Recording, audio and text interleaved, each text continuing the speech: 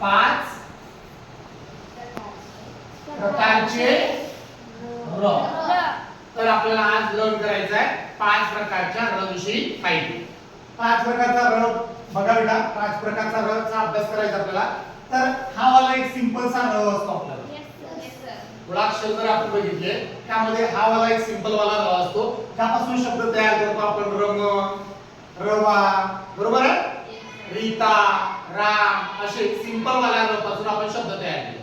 आता 5 किंवा 6 प्रकारचे र आपल्याला तयार करता येईल. 5 प्रकारचे 6 प्रकारचे र आहेत, त्याच्यापासून वेगवेगळे शब्द तयार करते.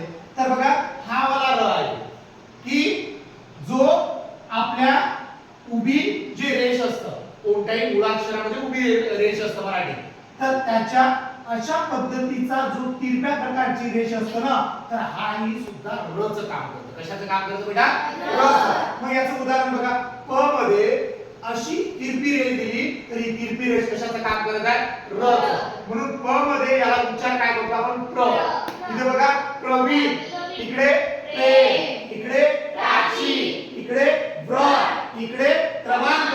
म्हणजे कोणत्याही मुळाक्षरामध्ये जर तिरपी रेष आली तर ती कशाचं काम करते? र चं काम करते. कशाचं काम करते? र चं काम करते. त्याच्यानंतर बघा रफार सुद्धा कशाचं काम करते? र चं काम करते. म्हणजे मुळाक्षरावर जर रफार येत असेल बघा तरी कशाचं काम करते बेटा? र चं. उदाहरण बघा पर्व, व वर रफार आली म्हणजे पहिले प, नंतर रफारचा र आणि व, प र व. पण वास्तविक काय म्हणायचं? पर्व.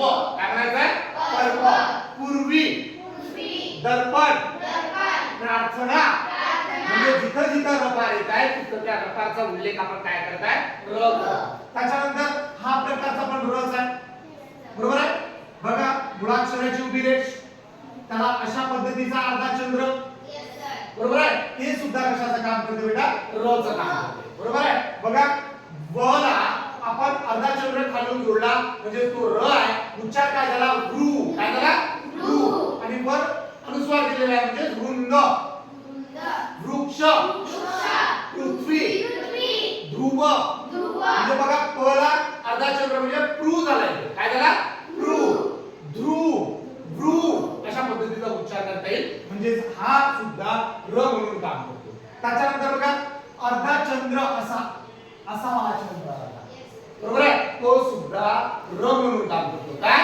र म्हणून. म्हणजे बघा पर्या, प र या, पर्या. आता बघा तो अर्धा आहे म्हणून आपल्याला दुसऱ्या शब्दाला दुसऱ्या मुळाक्षराला ते जोडावं लागेल. पर्या, तर्या, चर्या. रस्व, हा मध्ये र गेलेला आहे बघा, गेलेला. तर हा पण एक र आहे होता. त्याच्यानंतर बघा पुढे बघितले आपण हा वाला, बरोबर आहे.